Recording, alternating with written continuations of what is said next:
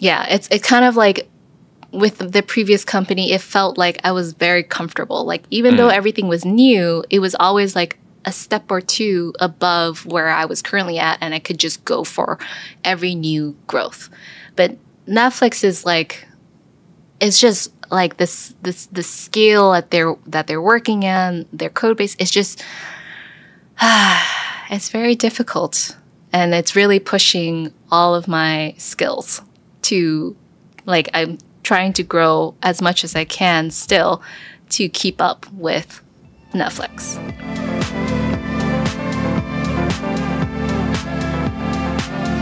Hi, Francesca. Welcome to the podcast. Yes. Hi.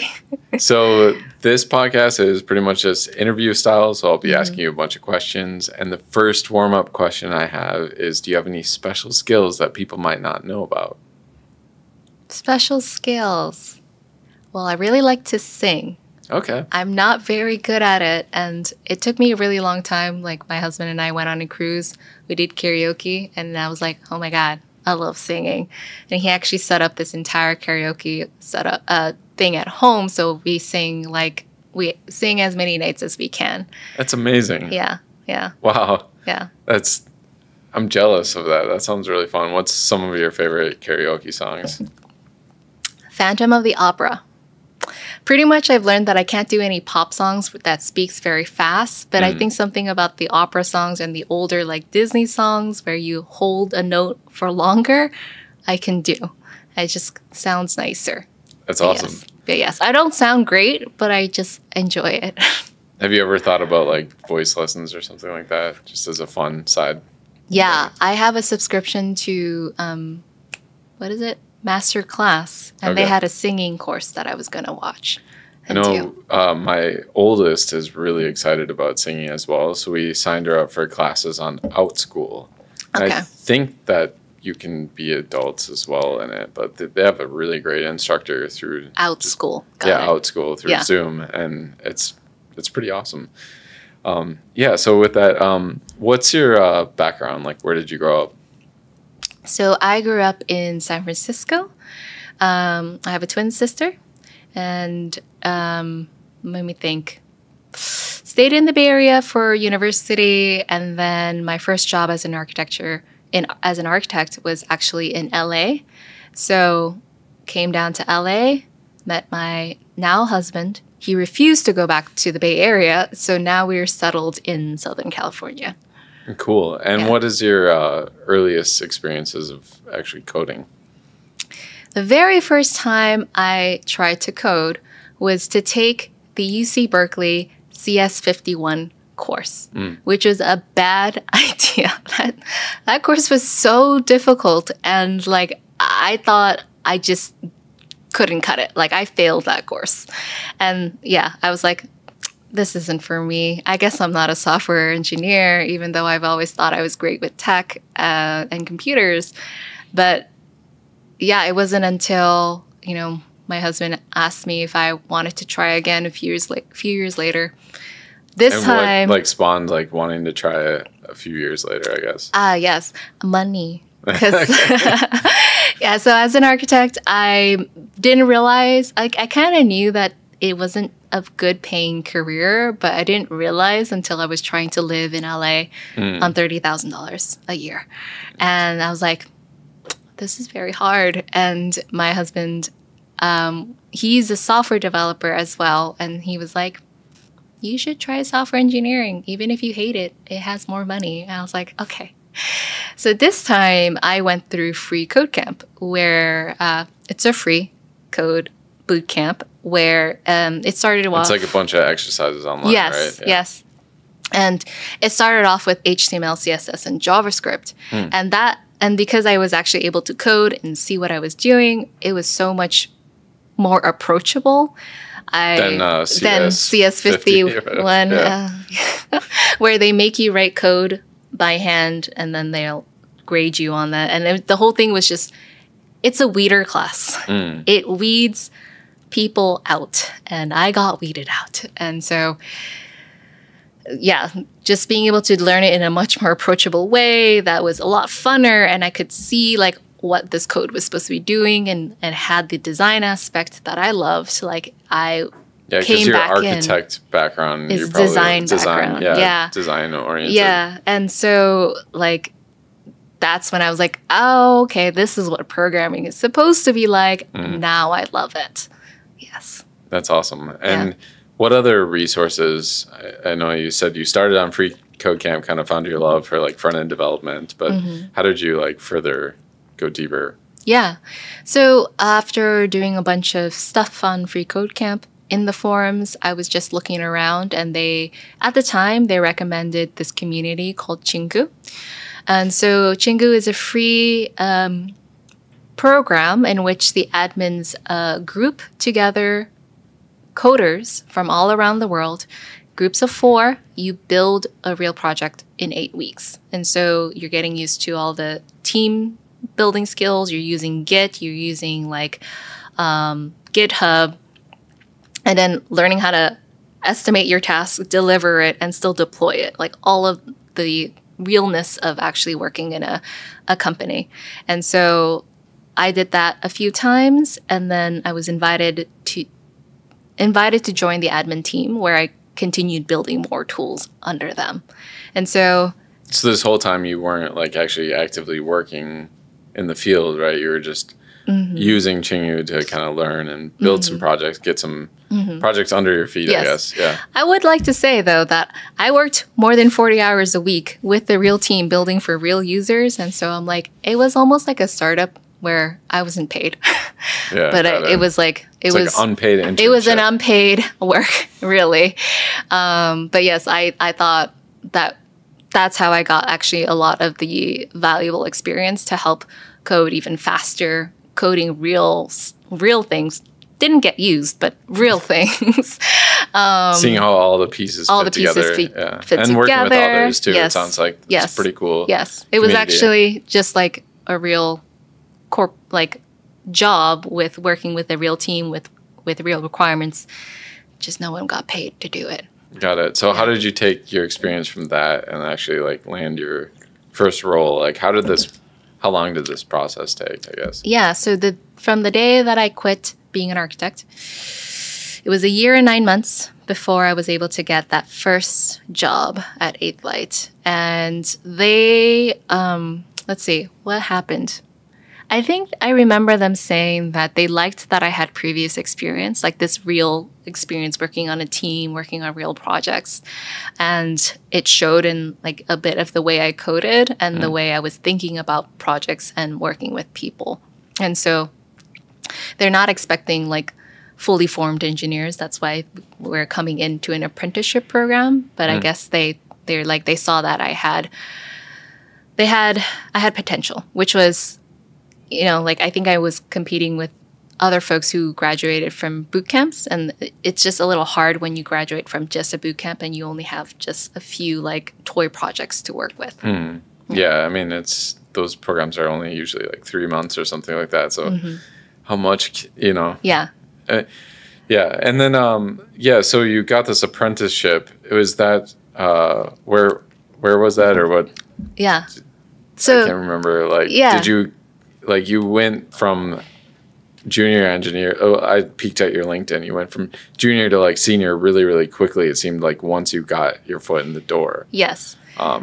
Yeah. So to describe the apprenticeship just a little bit. So it's a 6-month apprenticeship. Okay. So they taught me all of the software engineering foundations that I had gaps in, like, self-taught, lots of gaps everywhere. Like I made things look beautiful. The code worked, but the code quality was spaghetti. And so they gave me all of the skills, including really leaning into test-driven development, clean code, solid principles to architect extendable systems. I think I already mentioned working in different languages, all the different language paradigms, as well as all the soft skills to manage careers and manage clients. So that's what's been taught individually to every single apprentice by 2 mentors. You have a dedicated mentor team. Wow. Yeah. That seems like pretty rare and awesome. I know. I felt extremely lucky that, there was such care being put into, you know, raising another like generation of engineers. And so I felt that once I started, like after I graduated from my apprenticeship, I remember they were like, you have this technical skills, but you did not build trust with us. They were acting as my fake clients. And that was the most impactful advice that I got. And that like, I was trying really hard to try and build trust with them and like doing all the processes, and for them to say, no, you have good quality code, but like, we don't trust you. You didn't do anything that made it feel like we could trust you. And that stayed with me in the rest of my career, where I was like, what am I doing to build trust with everyone around me as well? That they were like, it's so important. But yes, so I had amazing mentors when I actually started as an engineer at the company. I also met amazing mentors who were on the team. They were senior and principal engineers who gave me like just great advice, and just by being able to watch how they handled themselves, how they were coding, how they were tackling problems, like I learned a lot just from observing them as well. And that's awesome. Yeah. And so like for folks, you know, maybe new, trying to transition into tech, like what would be your advice, you know, kind of in the early stages? I think transitioning into tech, you're competing with a lot of people who also have like computer science degrees. And I'm thinking about the alternative backgrounds where they're transitioning in.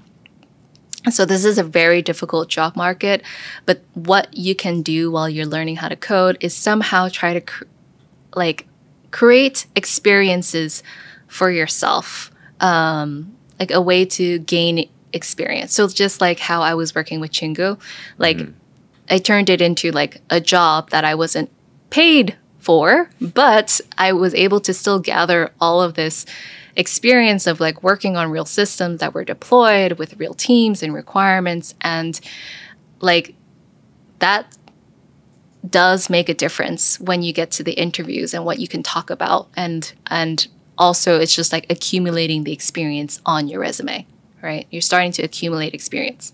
So I think learn the skills, but find opportunities where you can start making real things to start the clock on your makes sense resume. I mean, rather than kind of staying in the theoretical, like moving into start building things. Yeah. So, you know, some people like they make apps on the App Store. That's experience, right? You're building for real users. You're taking in what they're saying and doing iterations. You're maintaining it and deploying it. All of those same processes. Yeah, I think about even some of the roles I've hired for. I do look for, hey, you had this idea and you actually brought it through to completion, because it really is, you know, the 80% is fun. It's like, oh, I'm learning new things or new tools or whatever. But like that last 20% is really the difficult part of like shipping, making the trade-offs you need to do to like actually get the thing in front of other people. Yes.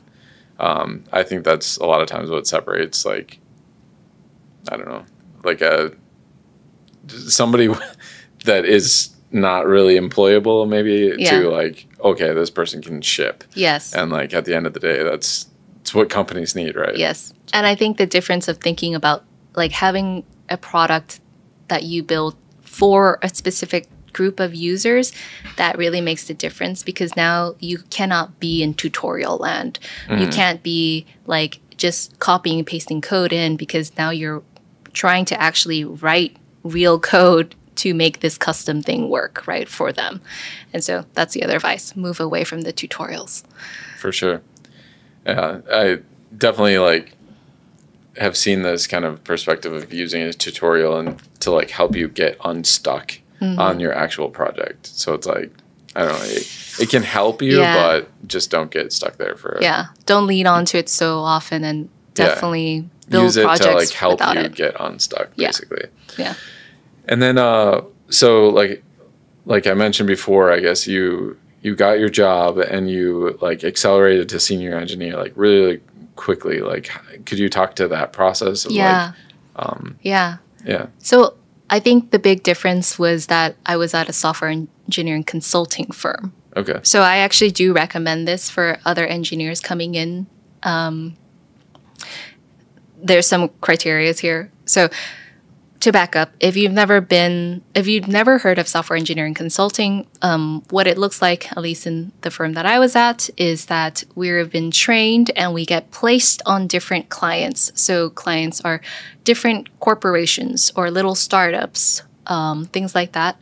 We come in and we either staff augment their existing engineers, or our team becomes the only engineers that they have. And so you're managing technical skills, but also managing all of the soft skills of managing clients. And when you're in a situation like that, you just accumulate so much more experience, because every few months I'm on a different client with a different code base, different language, different size and scale of code bases, solving different types of problems. So from front end, back end, full stack, data pipelines, AWS, whatever. You just can accumulate so much more in a very short amount of time than if you were trying to do the same role over and over again for a year or two, right? Yeah, that's how I got my start as well. Yeah. I started at a consulting firm and just got so many projects thrown at me over time, and I just kept, it's new stack, new team, new challenge. Yes. And I just kept, getting really honestly exciting and cool projects. And the downside is I was basically living at work. Yes. Working nonstop. So the criteria I say is that go into it if you know that this only is good if your company actually supports you as an engineer. They either provide you resources, or there are other great engineers inside the company to help you when you run into problems or you're learning a new tech stack that you've never touched before. I feel like this is a very stressful way to enter engineering if the consulting firm's you got it, just throw you into it and no support and no way of helping you, right? And you're just on your own. I guess you can gain experience, but it'll be very stressful. Yeah. I mean, we did have others, really excellent engineers that I worked with, but it just I just kept, I just kept saying yes to every project and every opportunity and just getting more and more work thrown on my plate. And so I kind of did it to myself, but in that early career, it was just all I wanted to do. So it was perfect for what I needed at the time. Yeah. But at the end of the day, it's if you're doing it for too long, then eventually you're okay, they're charging a ton of money for my time, but I'm paid very little. That's the other con little, is that usually software engineering consulting, the pay isn't as good as if you were in a product company. For sure. So the pros and cons, I think it's a great place to start your career. Yeah, exactly. I got exposure to a lot of types of problems. And then from there, I was well, I think I have enough skills where I can just do this on my own. And so I launched my own consultancy, and that's how I eventually got the money to, start Frontend Masters, right? So it was, it worked out. But yeah, it was years of working far too hard for far little, too little money. But yeah. In the early days, that's what I wanted, was learning. I prioritized learning more than money in all scenarios, for sure. I do think that for a lot of engineers, if you can take the financial hit, going for more experience over the high pay will pay off in the long run. Yeah. I agree with that. And then how did you end up actually landing your job at Netflix? Yeah. So one of the things I usually do is just continuously update my LinkedIn. And one day I just got an email from their recruiter asking me if I wanted to interview. And I wasn't expecting anything because I had very little years of experience. I had heard that Netflix is somewhere that only hires extremely experienced engineers. But I was all right, I'm just going to try it. I'm not going to expect anything. I'm sure I'll learn something important. And so I just went for it, thinking in every single interview round, I was oh, cool, that was cool. I'm sure I'm not going to get to the next one. And I did that all the way up to the end when I finally got an offer, and I was still shocked that I got an offer. Wow. Yeah. That's awesome. Yeah. And like, how did you feel from there and kind of going, to this dream company, I guess?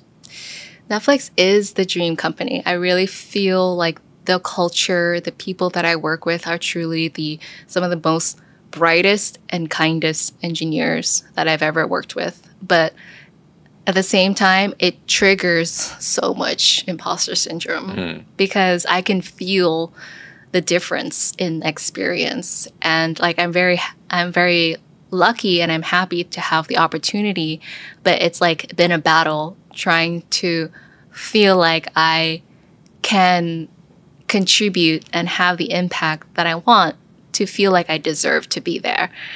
It's kind of like with the previous company, it felt like I was very comfortable. Like, even though everything was new, it was always like a step or two above where I was currently at, and I could just go for every new growth. But Netflix is like, it's just like the scale that they're working in, their code base. It's just, it's very difficult, and it's really pushing all of my skills to, like, I'm trying to grow as much as I can still to keep up with Netflix. Is there any story that you could share from kind of the transition, or is it like, I don't want to press into anything proprietary or whatever, but is there a story that comes to mind about kind of that growth and handling your imposter syndrome, I guess? It's interesting because, like I shared in the course, this story about handling, like, successfully turning around a project that had very little adoption. So that project, I feel like, really helped relieve a bit of the imposter syndrome. That was the first project that I came into because, like, it really was tapping into a lot of the skills that I had, essentially. But what was the project? Sorry. So we were building a ton of, we were asked to build workflows and tools to help the other engineers' velocities move faster. But when I came in, there was no adoption. And so that was part of the responsibilities that this new team that was formed, that's what we had to do. Like, how do we actually improve engineers' velocities? And so that project really utilized a lot of my skills in specifically customer centricity. I'm like, what are we building? What do people think about what we're building? And like being able to really like gather more truer requirements of what we should actually be building, and then like helping to build that. Like, I felt like, I'm helping. But once, we actually received widespread adoption after a few years, now I feel like I'm struggling a little bit to make the same levels of impact with the work that I'm doing. Yeah. Got it. So it sounds like it was a big success, though. And that's definitely had to boost your confidence and that kind of stuff. Yes, I think so. And then, do you have any advice for folks who would want to work at such a company like Netflix or... Let's see. So Netflix culture really likes autonomy. And so they like engineers. They give a ton of autonomy to engineers. Like, if we think of managers in the company, they're not there to micromanage you. They kind of give you like an abstract direction where they're like, exactly like, help these engineers move faster. And then engineers have to go and figure it out, right? We are given the autonomy to figure out the requirements. And so I think if you like doing that, where you feel empowered with the freedom that you get, and you're very responsible and like really do what you can to really help others, I think like that's a strong sell for Netflix. Yeah. That's cool. And how did you get into kind of like speaking and teaching? So let's see, speaking and teaching. I think in general, I had such a hard time coming into tech. And so I've always wanted to help others, like help me from the past, right? And which means helping others, providing more information and tips to actually help grow other engineers. And I always feel that, like I feel really lucky that I was able to, gain all of my foundations through my apprenticeship. And I compare that to other engineers who didn't have that same opportunity.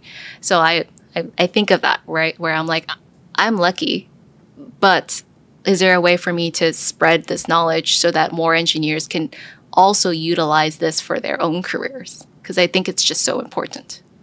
That's awesome. So you started by like getting involved in meetups, right? Or I can't remember. You mentioned it earlier today, but so the initial speaking was I did like conferences, like the remote conferences that was happening during the pandemic. My managers were just like, does anyone want to speak at these to make our company look good? And I was like, okay, I'm going to give it a try. And so that's kind of started it. And I was like, oh, I can do this. And I like enjoyed the process of trying to think of what would be really useful for people and how to actually convey all that information in a way that people liked. Because I think a lot of resources, sometimes they don't come across as very approachable. And so that was my whole thing. It's like, I want approachable content, easy to understand. I don't want to scare more people away. And so after those first experiences, I'm like, all right, let me do a bit more. Mostly because I was like, I can't rely on my Netflix income. I should have other sources of income, passive income. So I was like, let me start actually creating courses for real and see where I go from that. I was just thinking like maybe I could have some passive income through there.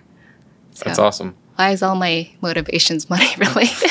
Well, hey, I think you mentioned it even in your course. You said that your motivation started with money, but like over time, it always turns into something else. Yeah, it turns into something else that's more, deep or meaningful to you. Yeah, and that's what I noticed when I started doing. I've been teaching courses through Chingu's, the Chingu community, and like creating the courses are hard, of course, but like what I really enjoyed is actually meeting new students, like hearing their stories, feeling like I helped them, and like just that connection that I feel when I'm actually teaching them live.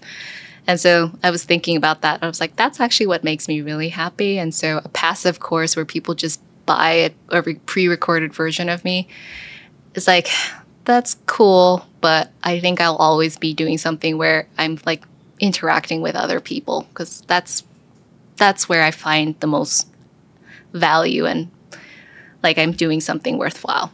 Yeah. I mean, that's the whole kind of backstory of Frontend Masters. I started by,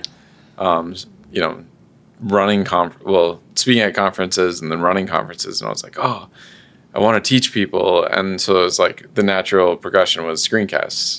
And so it was like, okay, I'll create screencasts and stuff like that. But I just couldn't, like just talking to the camera and like not a real human being or whatever.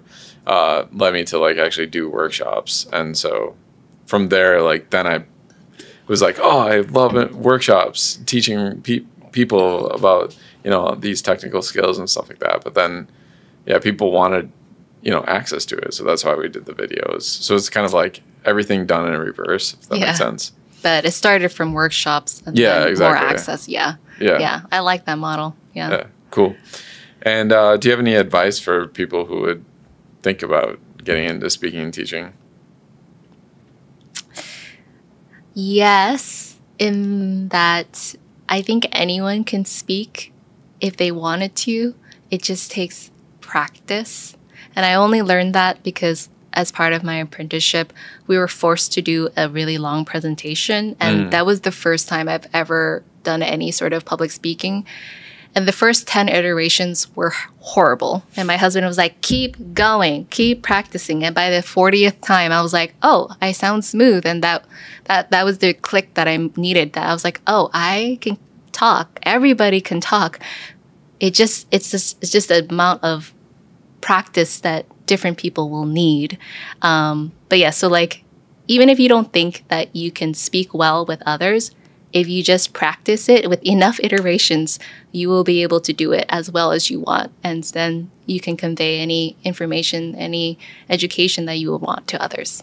That's awesome. I feel like it's kind of coming full circle in the sense that like you had like supportive husband and then supportive like apprenticeship, and now you want to support other people. It's like kind of, I don't know, giving back to that in some way, which is really cool. Giving back to that, yeah. Yeah.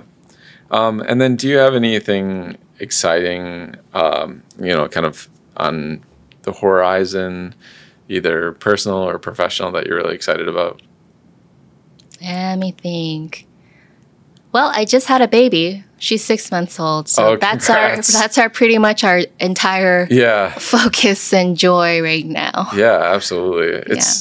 I was just talking to someone that they weren't sure if they want kids or not. And I just basically said, like, the first 3 years, it's a transition. You kind of learn how to live with, a baby, like a child, another person that you're responsible for. But I mean, I can't imagine life without my kids. Yeah.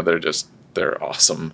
So it's a transition. It's not always easy, for sure. There's ups and downs, especially in those first few years. But I'm just like, please have kids. This person definitely should have kids. Yes. But, so that's awesome. 6-month-old, congrats. And then just any sort of like crazy bucket list things that you have, like, that you're like, I just really want to do that.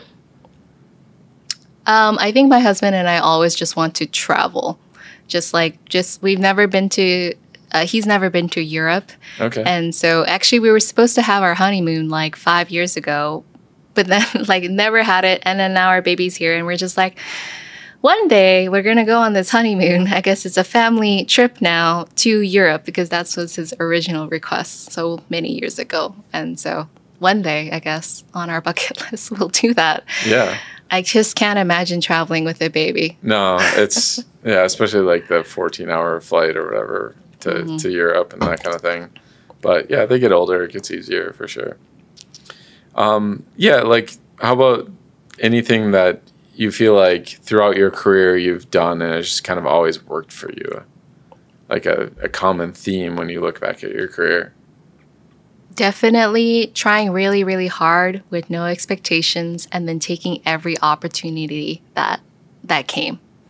Like, even if you're not sure that it's good or not, you just do it. You're like, okay, let's go and do that opportunity, experience it and see what happens.